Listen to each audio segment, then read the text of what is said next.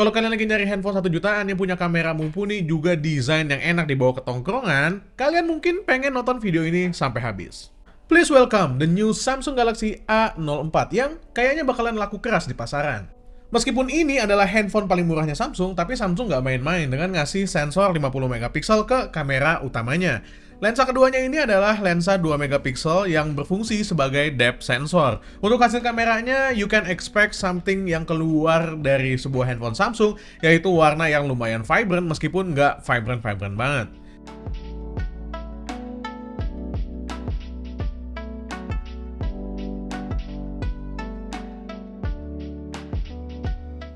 Detail yang ditangkap juga oke untuk sebuah handphone di harga 1 jutaan. Vibransinya pun nggak berlebihan kalau menurut gua. Masih ada di arah yang natural lah.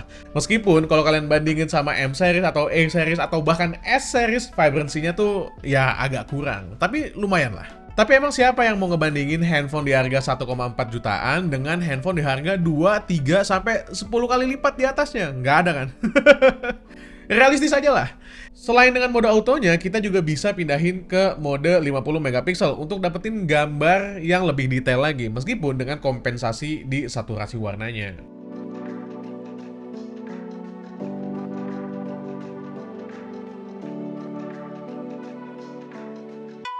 Depth sensor 2 megapikselnya juga ya berfungsi cukup bagus ketika kita ngambil foto portrait, karena deteksi pinggiran-pinggiran badan foreground dan backgroundnya tuh menurut gua udah lumayan oke. Untuk kamera depannya, Samsung ngasih sebuah kamera 5 megapiksel dengan desain Infinity V yang ada di atas ini. Gambar yang dihasilkan sama kamera 5 megapikselnya ini juga oke, meskipun secara vibransi tentu aja kurang, lebih bagus kamera belakangnya. Meskipun kameranya ini cuma ada satu di bagian depan, tapi Samsung juga menyematkan mode portrait di sini. Jadi buat kalian yang pengen ngambil selfie portrait, itu bisa.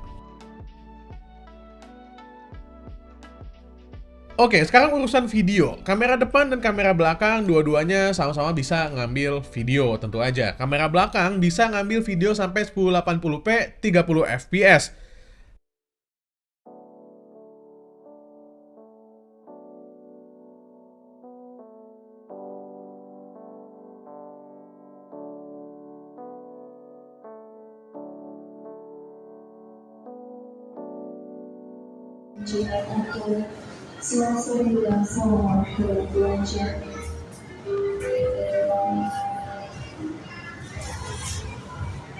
Namun, kalau gue banding-bandingin ya sama kamera depannya, entah kenapa kamera depannya ini terasa lebih stabil ketimbang kamera belakang.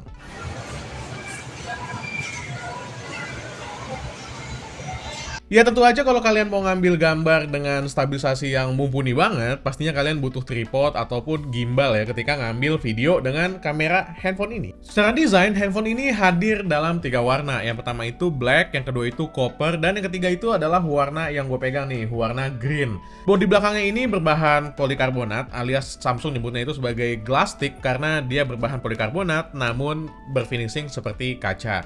Karena finishingnya itu seperti kaca, maka kalian bisa ngelihat kalau handphone ini tuh glossy dan memantulkan cahaya banget tuh. Handphone ini punya pola kilauan cahaya lurus vertikal dari atas ke bawah, kalian bisa lihat kayak begini. Dan juga ada sebuah pola yang melingkar-melingkar gitu. Kalau kalian nggak megang, kalian bisa jadi ngira kalau pola yang melingkar-melingkarnya ini adalah tekstur. Tapi enggak, karena tekstur handphone ini halus. Tekstur halus itu berarti juga bercak sidik jarinya gampang nempel. Dan ya, untuk Samsung Galaxy A04, kita nggak diberikan sebuah case bawaan, jadinya kalian harus cari case sendiri. Untuk framenya, dia menyatu dari bodi belakang sampai ke samping, dan nggak berbentuk flat, melainkan berbentuk melengkung. Somehow, ketika semua handphone itu wujud framenya flat, sekarang gue malah lebih suka sama handphone yang melengkung kayak begini, karena ternyata handphone melengkung itu emang nggak kelihatan futuristik, tapi lebih enak buat digenggam. Good addition dari Samsung adalah kalian bisa menemukan sebuah port USB Type-C di bagian bawah, di mana kebanyakan produsen handphone itu masih ngasih micro USB. Untuk handphone kelas 1 jutaannya, Samsung ngasih USB Type-C. What a nice addition. USB Type-C ini tentu aja juga berfungsi untuk charging ya. Untuk chargernya sendiri, Samsung ngasih 15 watt adaptive charge, naik dari handphone Samsung generasi sebelumnya yang ngasih 7,75 watt. Handphone ini ditenagai sama MediaTek Helio P35, sebuah chipset yang emang buat kalian yang gaming enthusiast, kalian pasti akan Yah, pakainya P35. Tapi memang sepertinya Samsung nggak ngincer kalian yang gaming entusias untuk handphone ini. Dan sekali lagi, harganya pun wajar untuk sebuah handphone dengan MediaTek Helio P35. Tapi bukan berarti handphone ini nggak bisa diajak buat main game. Gua main Mobile Legends di settingan high pun masih enak buat dipakai. Meskipun FPS-nya gue sendiri nggak tahu. Dan di mata gua kayaknya nggak sampai ke 60 FPS. Mungkin 40-an FPS itu ada. Gue juga coba main eFootball di settingan low dan FPS-nya di cap di 60 FPS. Menurut mata gue, ini sampai ke 60 FPS. Tapi dengan kompensasi settingannya harus low. Karena kalau settingannya kalian tinggiin lagi, itu agak keberatan ya, nggak bisa buka sampai ke 60 FPS. Handphone ini punya bentang layar 6,5 inci dengan resolusi HD dan menggunakan panel PLS LCD bikinan Samsung. Secara layar, untuk harga 1 jutaan, handphone ini tuh baik-baik aja, nggak ada masalah. Paling tuningan warnanya aja yang menurut gua agak kurang vibrant, nggak Samsung banget. Dari bezel pun masih aman, paling bezel di dagu yang agak lebih besar daripada bezel kanan kiri dan di bagian atasnya. Oh ya, kalian nggak nemuin adanya fingerprint unlock di handphone ini. Karena handphone ini mengandalkan face unlock untuk security-nya. Layarnya ini nyaman untuk dipakai harian, nonton film masih enak, nonton YouTube pun bisa disetting di 1080p, meskipun yang tampil pastinya hanya HD Plus saja. In the end of the day, kalau kalian nyari layar yang punya kualitas lebih wah lagi, yang menurut gua kalian nggak bisa dapetin di harga 1 jutaan kayak begini. RAM 4GB yang disematkan sama Samsung di handphone ini, itu masih bisa diekspansi lagi dengan tambahan 2GB atau 4GB, sesuai dengan kebutuhan kalian. Storage-nya pun bisa diekspansi sampai 1TB dengan microSD yang bisa kalian sematkan di SIM tray-nya.